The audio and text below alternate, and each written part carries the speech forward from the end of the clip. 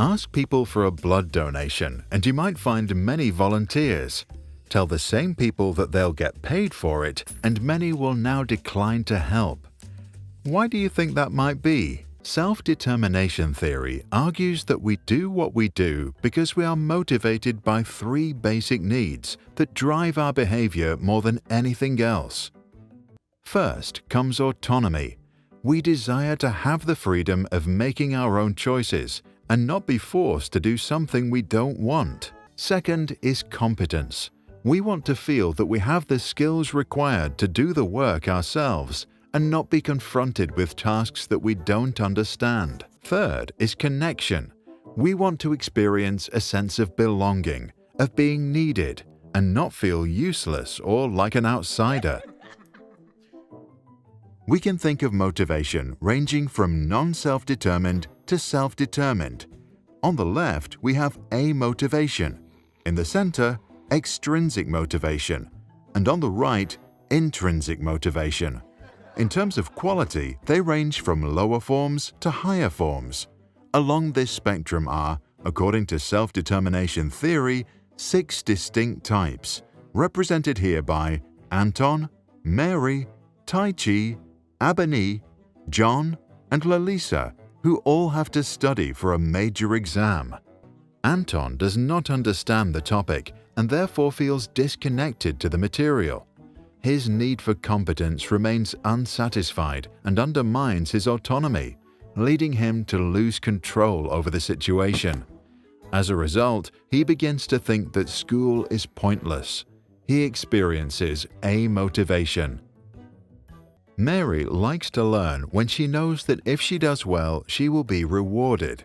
But when no one is around to stimulate her, she feels disconnected. Mary is not autonomous in her studies because she needs rewards that regulate her behavior externally, a job her mother usually does. This stage is called extrinsic motivation, externally regulated. Deci strives to win or match the performance of others.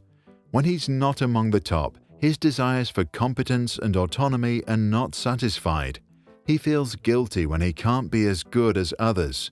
The root of his behavior is therefore external. This stage is known as extrinsic motivation, introjected regulation. Abani values learning and sees herself as a good student. To her, getting good grades is important because it confirms her self-image. Despite the fact that she doesn't feel connected to the material, she does well because she regulates her behavior by identifying with the idea of being a good student. She's motivated by an ideal. This stage is called extrinsic motivation, regulation through identification. John thinks learning is important because it makes him a better human being. To develop his intellect and become the best version of himself, he tries to understand things, even if they are boring. He feels connected and competent. But since his behavior is regulated by the desire to live up to an idea, he is still not fully autonomous. This stage is known as extrinsic motivation, integrated regulation.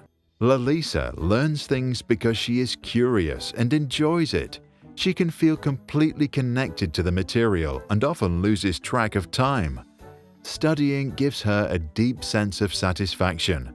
She experiences complete autonomy and as a result of her intrinsic interests, develops the highest forms of competence. Now we speak of intrinsic motivation. Regardless of where we are along the spectrum, we all have complex human minds with changing interests and conflicting desires. Doing one thing, we may feel fully motivated, autonomous, competent, and connected. But then, the next day, life gets in the way and robs us of our 3 basic needs. We feel nothing but amotivation. To regain your self-determination, you might want to take a break, seek a change in environment, or connect with other people.